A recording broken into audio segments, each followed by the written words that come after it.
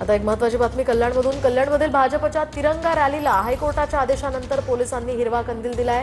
पोलिसांनी तिरंगा रॅलीवर बंदी घातली होती, मात्र 15 ऑगस्टला नियोजित मार्गावरून आता ही तिरंगा यात्रा निघणार आहे.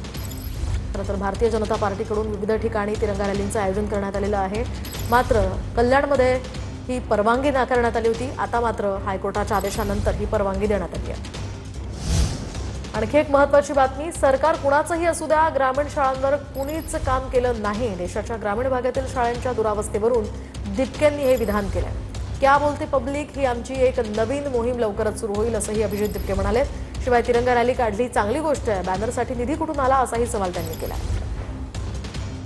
उद्या 15 ऑगस्ट आहे. सप्टेंबरपासून आपण क्या बोलती पब्लिक हे अभियान चालवणार. कुठून तयारी आहे त्याची तयारी चालू आहे. आमचं संघटन बनते बाकी राज्यात आणि सप्टेंबरच्या पहिल्या आठवड्यापर्यंत आम्ही आमचं क्या बोलती पब्लिकचं तेही सुरू करू आम्ही.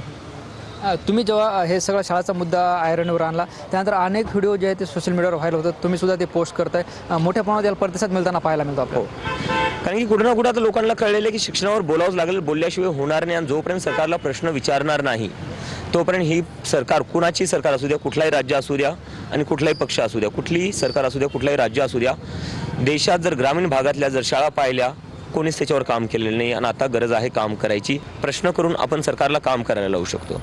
आज आपण बघतो छत्रपती संभाजीनगरमध्ये मुख्यमंत्र्यांनी एक तिरंगा यात्रा काढली होती. मोठा प्रतिसाद सुद्धा त्याला मिळाला पाहायला मिळतो. आणि चांगली गोष्ट आहे तिरंगा यात्रा काढली, पण ते जे बॅनर लावण्यात आले दर 40-50 फुटावर एवढे मोठे मोठे बॅनर लावले, त्याच्यात किती खर्च झाला असेल आणि हा खर्च कुठून आला? छत्रपती संभाजीनगरमध्ये हे याची फंडिंग कुठून आली? आणि एवढा खर्च तुम्ही बॅनरवर करताय, तेवढाच जर खर्च तुम्ही शाळांवर केला असता, जे ग्रामीण भागातले मुलं मुली आहेत त्यांच्या शिक्षणावर केलं असतं तर जास्त चांगलं नसतं झालं का?